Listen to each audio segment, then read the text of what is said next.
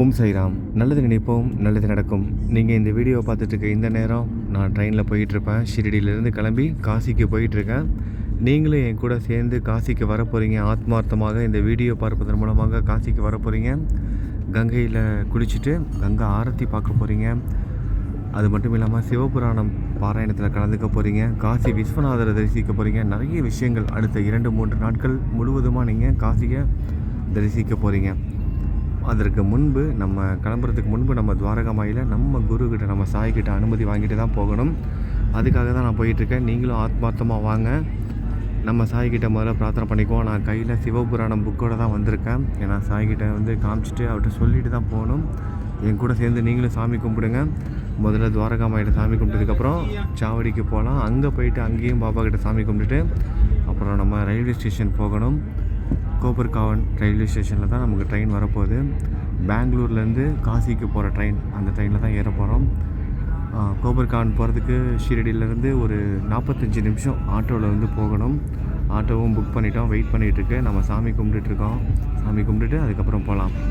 நம்ம சாயை பாருங்கள், துவாரகாமாயில் சிவபுராணம் புக்கோடு வந்திருக்கோம். இந்த புக்கை தான் நம்ம படிக்க போகிறோம். இந்த கதைகளை தான் நீங்கள் கேட்க போகிறீங்க. திருவிளையாடல்கள், சிவனோட திருவிளையாடல்களை.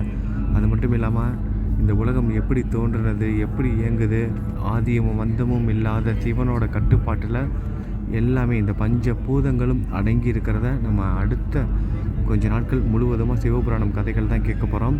அதுவும் காசிக்கு போய் கங்காவில் குடித்ததுக்கப்புறம் காசி விஸ்வநாதரை தரிசிச்சுட்டு கங்கா ஆரத்திலாம் பார்த்துட்டு அதுக்கப்புறம் அற்புதமாக நம்ம ஆரம்பிக்க போகிறோம். எல்லோரும் கலந்துக்கோங்க. நான் சாவடிக்கு போகிறேன், என் கூட சேர்ந்து நீங்களும் வாங்க. புக்கு எடுத்துகிட்டு போய் பாபாவோட பாதத்தில் வச்சு சாமி கும்பிட்டுட்டு காசிக்கு எடுத்துகிட்டு போய் காசி விஸ்வநாதரோட சன்னதியில் வச்சு நம்ம சாமி கும்பிட போகிறோம். மிருத்யுஞ்சேஸ்வரர் கோவிலுக்கு போக போகிறோம். கால பைரவர் கோவிலுக்கு போக போகிறோம். நிறைய பிரசாத பொருட்கள் எல்லாம் வாங்க போகிறோம். நம்ம சாய் குடும்பத்துக்காக கங்கா தீர்த்தம் கொண்டுட்டு வர போகிறோம். மிருத்யுஞ்சேஸ்வரர் தீர்த்தம் கொண்டுட்டு வர போகிறோம். நிறைய விஷயங்கள் நடக்க போகுது அடுத்த கொஞ்ச நாட்கள். எத்தனை நாள் நான் காசியில் இருப்பேன்னு எனக்கே தெரியல. ரிட்டன் டிக்கெட்லாம் எதுவும் புக் பண்ணல. எந்த பிளானும் இல்லாமல் தான் கிளம்பி போகிறேன். நம்மளோட பட்ஜெட்டுக்கு ஏற்ற மாதிரி அங்கே ரூம்லாம் கிடைக்குதா, எத்தனை நாள் தங்க முடியும், அதெல்லாம் பார்த்துட்டு அதுக்கப்புறம் முடிவு பண்ணிக்கலாம். நல்லா ரூம் கிடச்சிச்சின்னா ஒரு 4-5 நாள் இருந்துட்டு வரலாம். பார்ப்போம் எப்படி கிடைக்கிது. ரூம்லாம் பட்ஜெட்டில் கிடைக்கிறோம். அங்கே போனதுக்கப்புறம் ஃபினான்ஷியல் சுச்சுவேஷனுக்கு ஏற்ற மாதிரி நம்ம மாற்றி அமைச்சிக்கலாம் அப்படிங்கிறத பிளான் பண்ணணும். குறைஞ்சது ஒரு வாரமாவது இருந்தால் நல்லாயிருக்கும். இல்லைனா குறைஞ்சபட்சம் ஒரு 4 நாட்களாவது இருந்தால் நல்லாயிருக்கும். பார்ப்போம் எத்தனை நாள் இருக்கலான்னு. எல்லாமே பாபா தான் முடிவு செய்யணும். நம்ம கையில் எதுவுமே கிடையாது. போகிறதுக்கு மட்டும்தான் டிக்கெட் புக் பண்ணியிருக்கேன். வரதுக்கு டிக்கெட் புக் பண்ணல. சாய் மேலே பாரத்தை போட்டுட்டு ஆட்டோவில் ஏறிட்டோம். இப்போ நம்ம கோபர்காவன் ரயில்வே ஸ்டேஷனுக்கு தான் போயிட்டுருக்கோம். இன்னும் 1 மணி நேரம் தான் இருக்குது. 1 மணி நேரத்துக்குள்ளே நம்ம ரயில்வே ஸ்டேஷன் போய் ஆகணும். நார்மலாக ட்ராவல் பண்ணும்போது 45 நிமிஷம் ஆகும். எதுவும் டிராஃபிக் ஆகிருச்சு அப்படின்னா கொஞ்சம் கஷ்டம்தான். டிராஃபிக் மட்டும் இருக்கக்கூடாது. டிராஃபிக் இல்லைன்னா நமக்கு சரியாக நேரத்துக்கு போய் சேர்ந்துடலாம். அதெல்லாம் பாபா பார்த்துக்குவார். என் கூட சேர்ந்து நீங்களும் வாங்க. அப்புறம் இன்னொரு முக்கியமான விஷயம், தொடர்ந்து எந்த ஒரு வீடியோவும் மிஸ் பண்ணிடாதீங்க. நிறைய முக்கியமான ஸ்தலங்கள் எல்லாம் பார்க்க போகிறீங்க.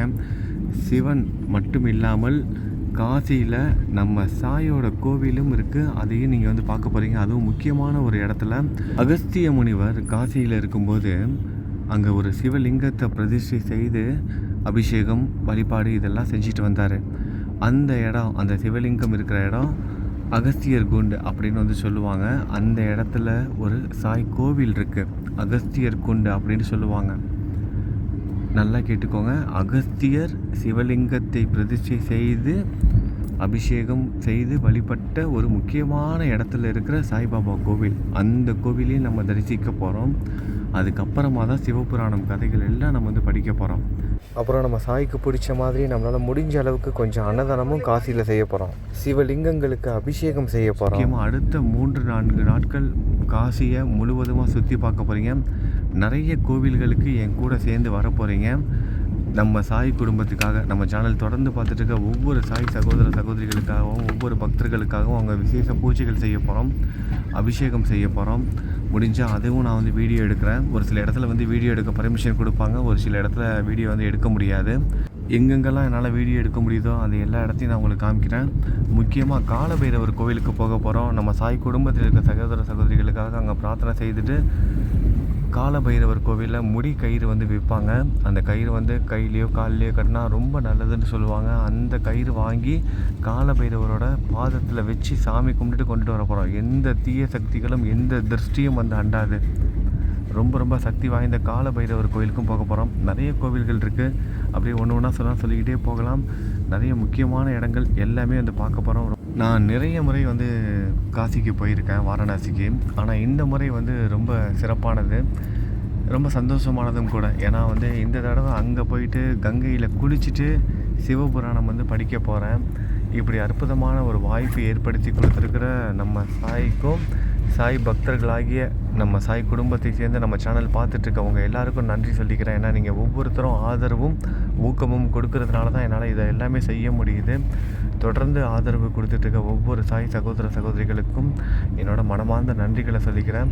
என்னால் முடிஞ்ச வரைக்கும் ரொம்ப இன்ட்ரெஸ்டிங்காக சிவபுராணம் வந்து ரொம்ப இன்ட்ரெஸ்டிங்காக நான் வந்து கதையாக வந்து சொல்கிறேன். பாபா வந்து உதவி செய்வார், வார்த்தைகள் அவர் கொடுப்பாரு, அந்த நம்பிக்கை எனக்கு இருக்குது. ஏன்னா இது வரைக்கும் நான் இந்த ஆன்மீகம் சார்ந்து பாபாவோட பெயரை சொல்லி நான் செய்கிற எல்லா விஷயத்துக்கும் அவர் என் கூட இருந்திருக்காரு. எல்லாமே நல்லபடியாக செஞ்சு கொடுத்துருக்காரு. இந்த சிவபுராணம் படிக்கிற இந்த நிகழ்வையும் நல்லபடியாக செஞ்சு கொடுப்பாருன்னு எனக்கு நம்பிக்கை இருக்குது. கண்டிப்பாக எல்லாமே நல்லதாகவே நடக்கும். நம்ம வந்து நம்பிக்கையோடு இருப்போம். சிவபுராணம் கதைகள் வந்து ரொம்ப அற்புதமாக இருக்கும். என்றைக்குன்னு சரியாக நேரம், இந்த தேதி, இது எல்லாமே நான் காசிக்கு போனதுக்கப்புறம் சொல்கிறேன். முதல்ல கங்கையில் போய் குளிச்சுட்டு காசி விஸ்வநாதரை தரிசித்ததுக்கப்புறம் என்றைக்கு ஏது அப்படிங்கிற அந்த டீட்டெயில் எல்லாமே, எந்த டைமில் வரும் வீடியோ, என்னையிலேருந்து நம்ம வந்து சிவபுராணம் வந்து ஸ்டார்ட் பண்ண போகிறோம், என்னையில் எந்தெந்த டைமில் வீடியோ வரும், இது எல்லாமே டீட்டெயிலாக நான் உங்களுக்கு சொல்கிறேன். அதனால் காசிக்கு போகிற வரைக்கும் கொஞ்சம் பொறுமையாக இருங்க. அங்கே போனதுக்கப்புறம் எப்போலேருந்து படிக்க ஆரம்பிக்கலாம், இது எல்லாமே நம்ம பார்ப்போம்.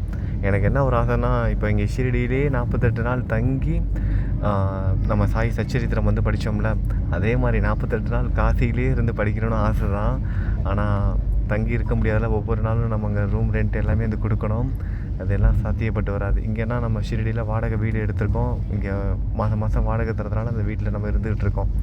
அங்கே காசியில் திரும்பவும் ஒரு வீடு வந்து எடுக்க முடியாது வாடகைக்கு. பார்ப்போம் என்ன பண்ணான்னு. எத்தனை நாள் இருக்க முடியுமோ அத்தனை நாள் இருந்துட்டு வருவோம். அதுக்கப்புறம் திரும்பியும் வேணால் சிவபுராணம் முடிகிற டைமில் திரும்ப ஒரு முறை வேணால் காசிக்கு வேணால் போயிட்டு வருவோம். எல்லாமே பார்த்துக்குவோம். நம்ம சாய் இருக்கார், அவர் என்ன சொல்கிறாரோ அதை செய்வோம். அப்படி இல்லைன்னா காசிக்கு போயிட்டு நம்ம ஷிரடிக்கு வந்து ஷிரடியில் உட்காந்து நம்ம சிவபுராணம் கதைகள்லாம் வந்து படிக்கலாம். அதாவது நான் கதையை படித்து சொல்கிறேன், நீங்கள் கேளுங்க. என்னால் முடிஞ்ச வரைக்கும் நல்லா உங்களுக்கு புரிகிற மாதிரியும் ரொம்ப இன்ட்ரெஸ்டிங்காக இருக்கிற மாதிரியும் நான் வந்து சொல்கிறதுக்கு முயற்சி செய்கிறேன். நம்ம சாய் இருக்கார், அவர் பார்த்துக்குவார். நம்ம ட்ரெயின் வந்துருச்சு. இந்த ட்ரெயினில் தான் நம்ம வந்து போக போகிறோம். ட்ரெயினில் ஏறி உட்காந்துட்டு நாம ஜபம் பண்ணிக்கிட்டே, சாய்ராமோட நாம ஜபத்தை செய்துக்கிட்டே அடுத்த 24 மணி நேரம் நம்ம வந்து இந்த ட்ரெயினில் போய் ஆகணும். இன்றைக்கி காலையில் 10 மணிக்கு இந்த ட்ரெயினில் ஏறும். நாளைக்கு காலையில் 10 மணிக்கு தான் வாரணாசி இந்த ட்ரெயின் வந்து போகும்.